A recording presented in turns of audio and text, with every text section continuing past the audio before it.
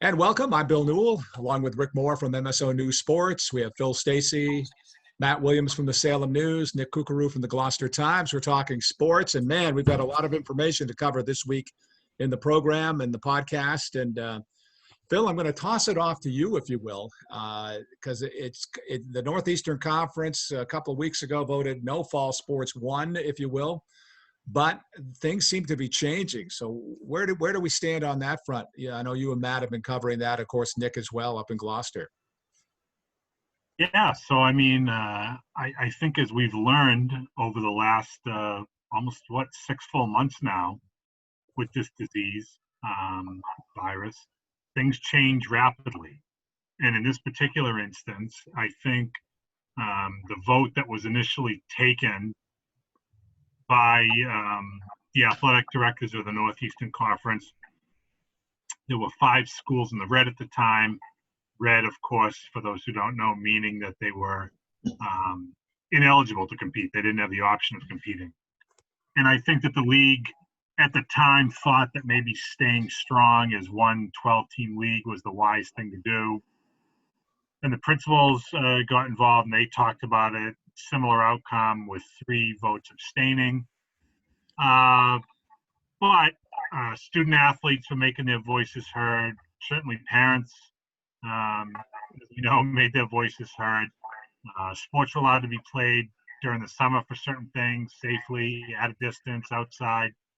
So I think, long story short, some cooler heads started to prevail, and Masconomet took that first step because their school committee said that, you know what, we're going to say that it's okay for our student athletes to participate in fall sports this year. And that's kind of gotten the ball rolling to the point now where, it's Friday afternoon right now, and I got confirmation this morning from Kelly Farley in Swampscott that the athletic director in Swampscott that they will be participating in sports this fall. So I believe that officially brings us up to 6 teams, 6 out of 12 in the conference. Masconomet, Peabody, Beverly, Marblehead, Swampscott, and who am I forgetting? Salem is in, right? Salem, yes, Salem. Yeah. Thank you. Right. I think you're going to see Danvers join them. I would be stunned if they didn't when they meet as a school committee on Monday. Nick, you can talk more about this, but I get a good feeling that Gloucester will approve this. I'm hearing that Mayor, I'm going to butcher the last name, Safatia, what is it, Nick? Romeo Taken. Okay, Safatia is the first name, right? Okay. Yeah. Yes, you got the tough one right off the bat. I know that she was concerned about busing costs and things like that, but from what I have been able to ascertain, I should say, it seems like these issues are being dealt with and cleared up so that with a meeting again next Wednesday, that we might get a positive vote out of there. I think Saugus really wants to play again, from what I've been hearing. They're a go on all this. And Winthrop, which is so close to getting out of the red, like literally one person away from being out of the red, I think they'd be a go too. So that would be 10 teams that could potentially play in the conference this fall, which would be fantastic. Even if no one else did, you have 6 right now. And I'm going to say 7 because I think Danvers is virtually a slam dunk. Again, I could be wrong, but I think that's going to be the case. So we are going to see at least the start of some sports on the Northeastern Conference this fall. So that we're basically talking field hockey, soccer, those kinds of things. Yes, with restrictions in place. I mean, Willie, you want to talk a little bit more about that with like soccer restrictions?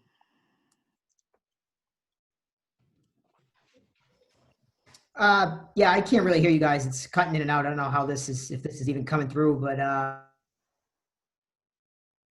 yeah, just the different rules, same rules that the DESE approved. And I think it's important to note there's been some confusion. I saw a couple tweets from some of the school committees,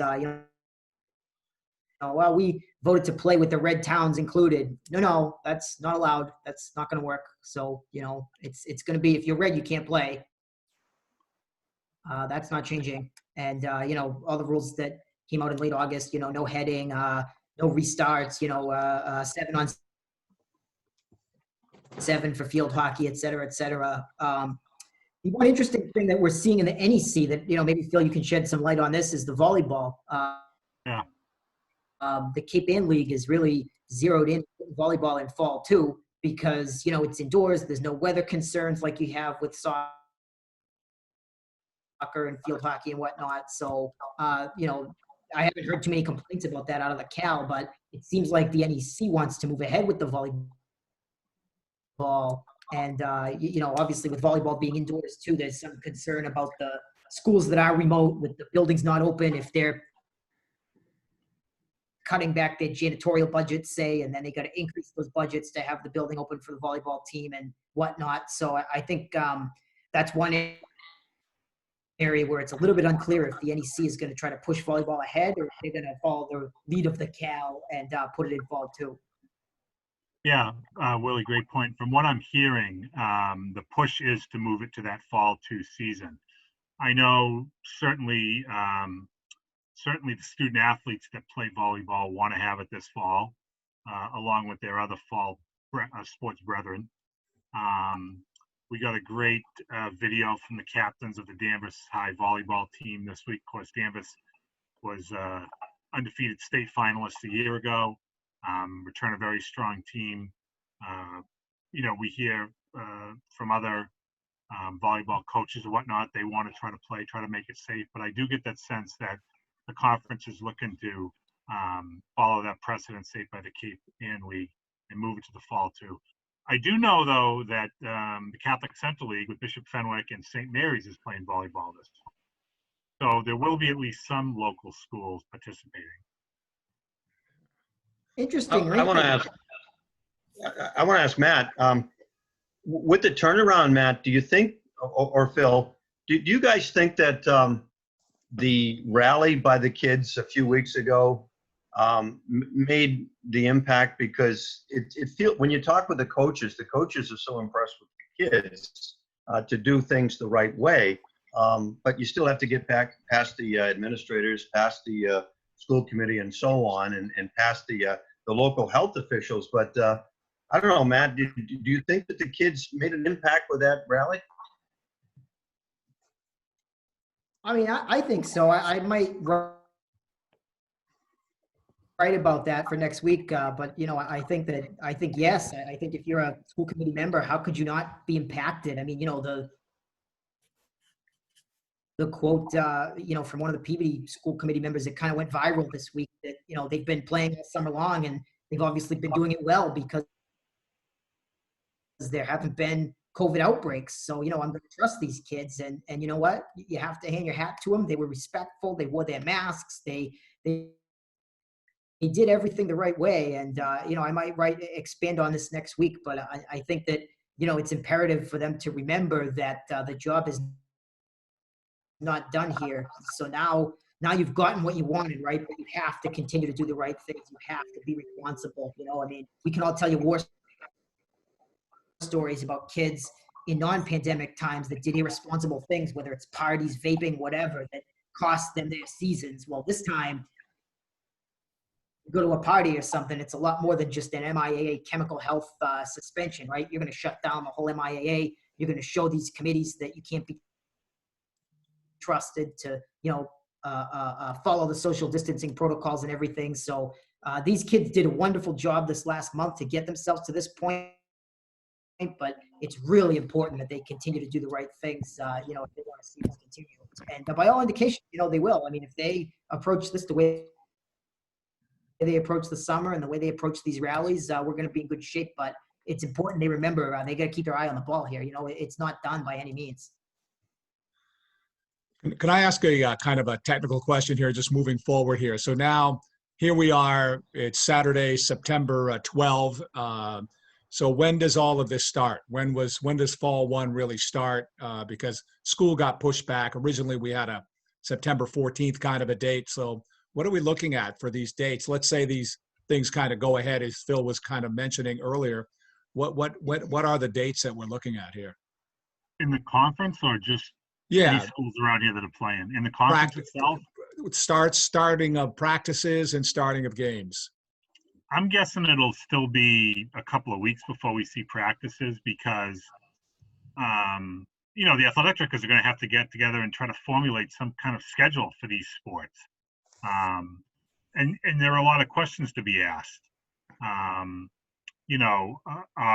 we doing, are we playing everybody that's eligible to play in the conference? Are we doing 2 games against 5 opponents each? Are we playing 10 games? Are we playing 12 games? Is there going to be a junior varsity? And if so, if we go on the road, does your junior varsity come here? How are we getting student athletes there? We can't have JV and varsity on the same bus. I know busing is an issue, Nick, in Gloucester. So there's a lot of questions for these guys to hash out. They, I shouldn't say guys, there are these people, the athletic directors, to work out. They'll be meeting this coming week to try to hash out some of those particulars. But my guess would be we'll start seeing games maybe sometime the second week of October. I think in fact, I know for schools like St. John's Prep, Bishop Fenwick, St. Mary's of Lynn, they will start playing that first full week of October because they already have schedules in place. They'll probably start practicing within a week to 10 days, I would guess. Formal practices. It's 18. So the MIA allows you. So that would be a week, next Friday then, that they could start. Cape Ann League, I would think the same thing, where they're still trying to figure things out. Right. Yeah. And now that Linfield, the first Cape Ann League school that voted for its athletes to play, fell into the red, that now causes some disruption there. Obviously, they're not able to play right now. So, to see what happens there. But other schools in the Cape Ann League, Ipswich, Hamilton Wenham, Rockport, Newburyport, etc., have all given the go-ahead to play. Still waiting on Manchester Essex, though, Nick, correct? Yep, this coming Tuesday. Okay. I just saw a story on Linfield. I read it very quickly, but it appears to me like there's a very small town, and like Winthrop, a case puts you up or takes you down into the different colors. It's not it's not like it's 25, 30, 50, 100 cases bouncing around here. It's a case, that's what it can be. Well, and it happened, a week ago was it Wenham, I think it was, where all of a sudden they were shown in the red. And this is after Hamilton Wenham had said, okay, we can do fall athletics.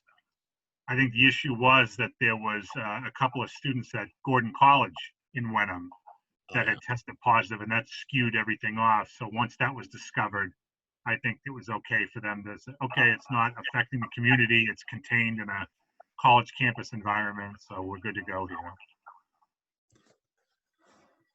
Well, I know that the other piece here is this weekend would have been the first high school football weekend on the North Shore. So any thoughts about what would have or could have happened this weekend and what didn't happen, obviously?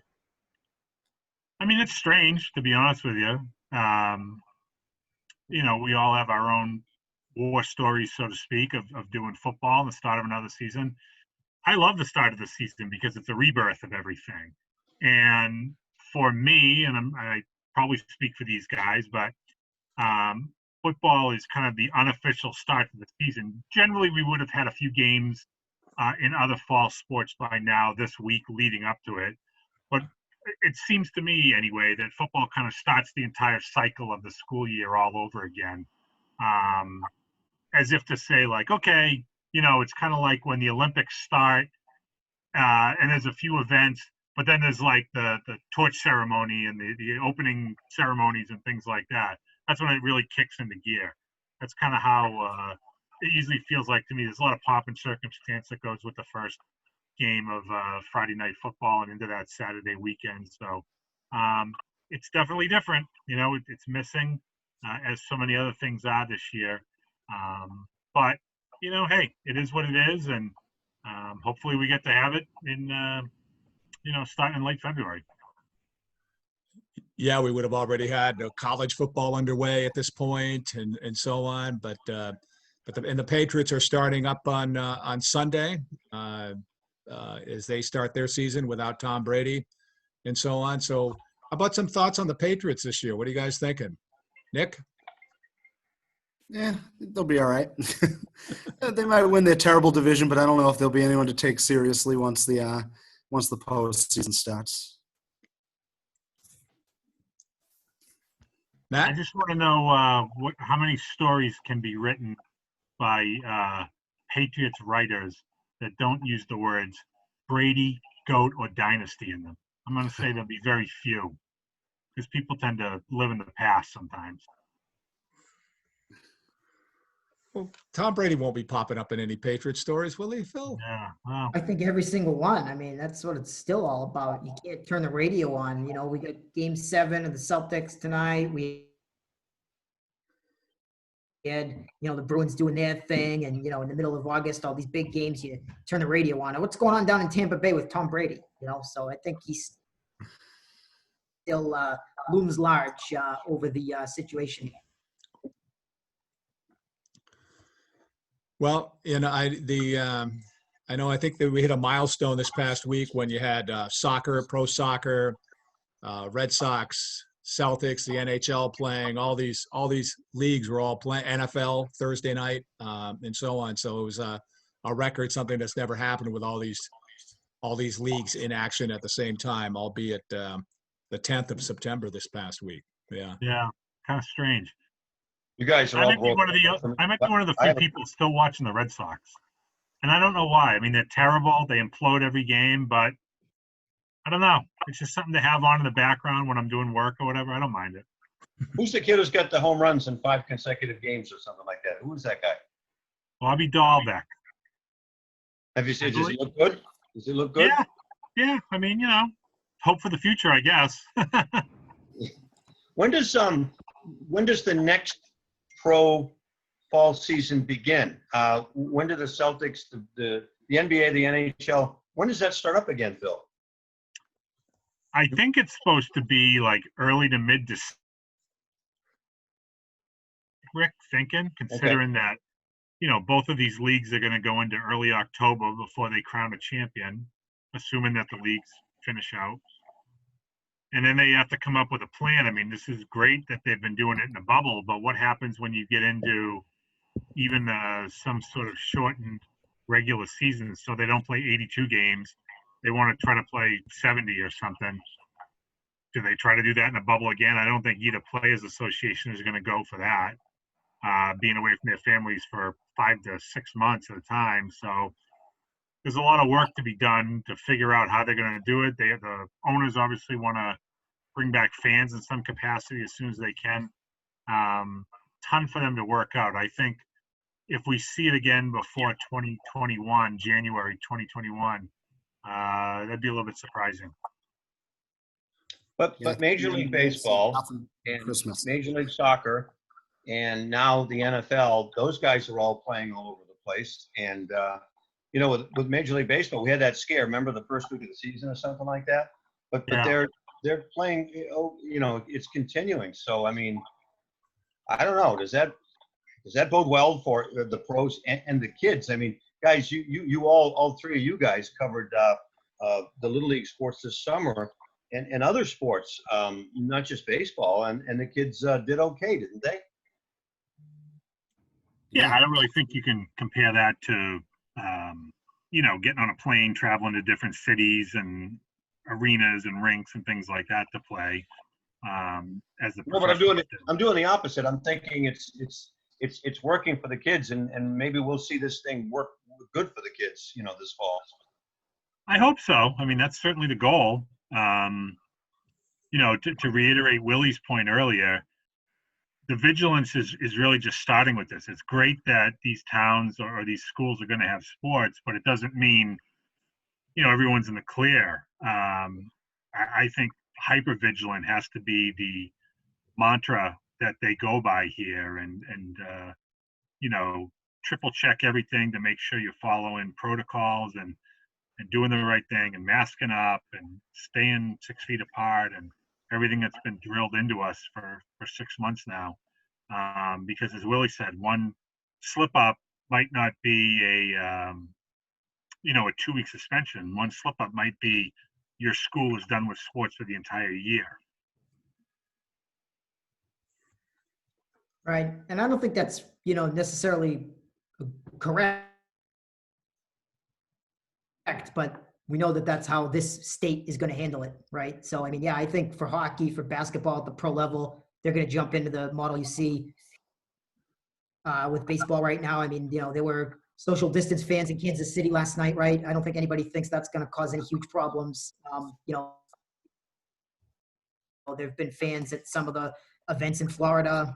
Certain college football places are going to have fans. So if you're with people in your family and you're 6 feet away from everybody else and you're wearing a mask, I think you're going to be all right. So I think, it'll be Christmas time for hockey and basketball, and it'll be good. And by then, hopefully it'll be, still good news. And, I mean, what was it on media the other day? There've been 1,000 high school football games across the country. And so far, no big clusters of outbreaks. So, let's just keep putting those things in the win column, and maybe we can get it around here, just like the arcades, right? They said, we'll open the arcades because our neighbor states have opened theirs and they seem to be fine. So, fingers crossed for our neighbor states with all this stuff that we want. They go first, they prove it works, and then we go second.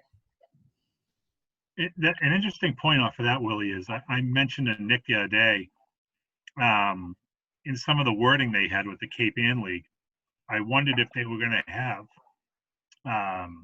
spectators allowed at any of these games. I think we were talking the Cape Ann League, right, Nick, the way that was worded. Mm-hmm. And I wasn't sure, like, I think at first they're not going to allow any spectators, and they were hoping to maybe at some point.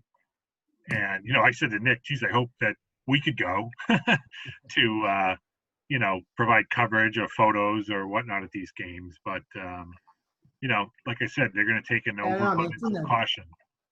Again, it's in the MIA rules that people are there. I mean, I don't know how. I mean, these are public parks. I mean, if I'm going for a jog, and I jog by the field, I don't know how they're gonna. I mean, it's right there in the rules as long as you're 6 feet apart.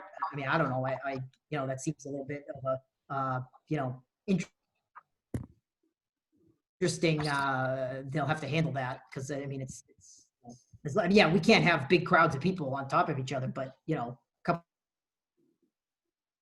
people in lawn chairs 12 feet apart. I mean, the MIA is allowing it anyway. That's what's in the DESC rules. That's good. I suppose things could get out of hand at some point, but it probably won't in these fall sports, that we see. In other words, you can't ask schools to be policing of the crowds. I mean, like the numbers and all the social distancing, they can do some of that, but I mean, there are limits as to what you can ask people to really do. And while they're trying to watch student athlete coaches and all of that at the same time, and making sure things are safe for the students. We'll see. Yeah. So we're saying maybe next time we talk, we can actually talk about who's qualifying, who's the team to beat, and who the kids who are playing the best, and all that kinds of stuff. I'm hopeful. I'm pretty excited. I think at least we're going to have something cooking here pretty soon.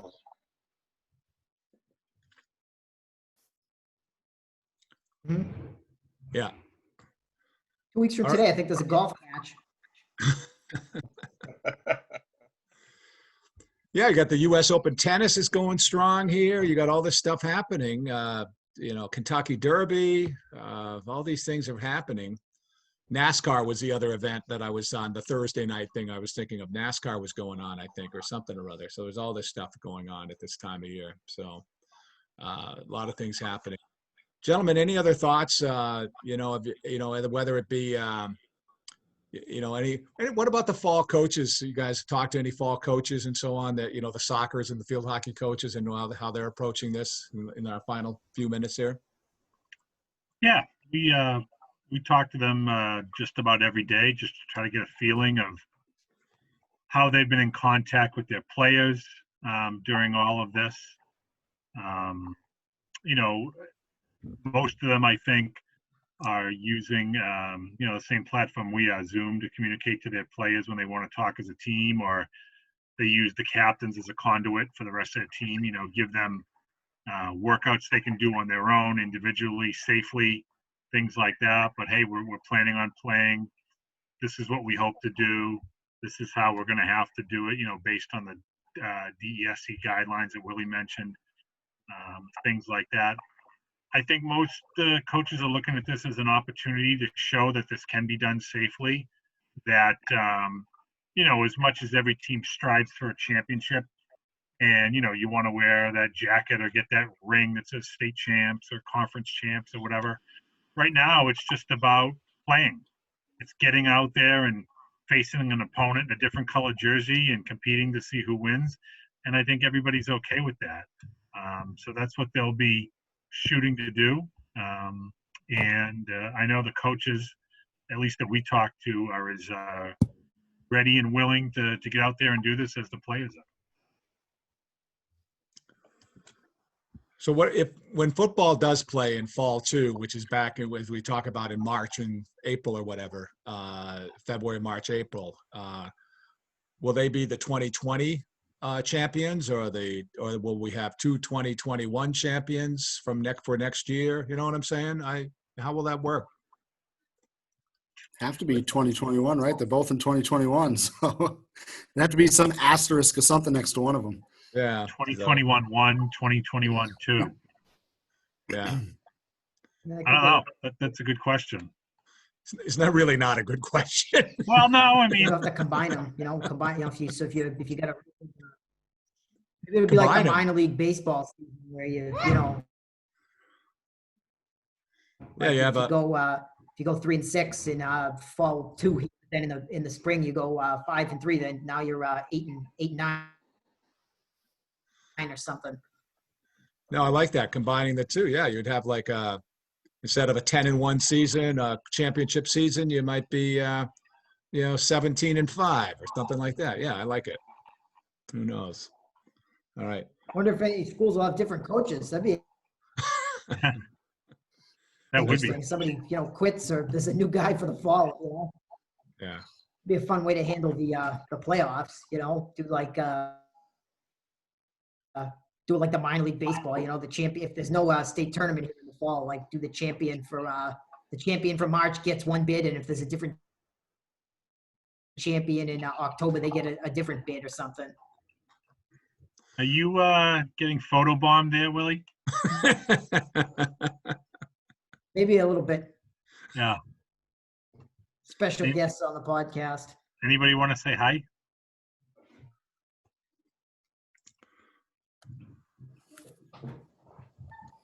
Well, Hi. Hey, show me your hockey teeth. Oh, wow. oh my goodness, yeah. Are you interviewing potential fall interns today? That's right. We're just getting a jump on our fall hockey coverage here. That's all. Okay. All right. That's like a Quebec smile right there. Yeah, there you go. Right. Man. All right. Well, gentlemen, always good talking with you guys. Looks like we've got some encouraging news. Let's hope it continues, and we'll see what happens, and we'll talk again soon. All right. Have a good weekend.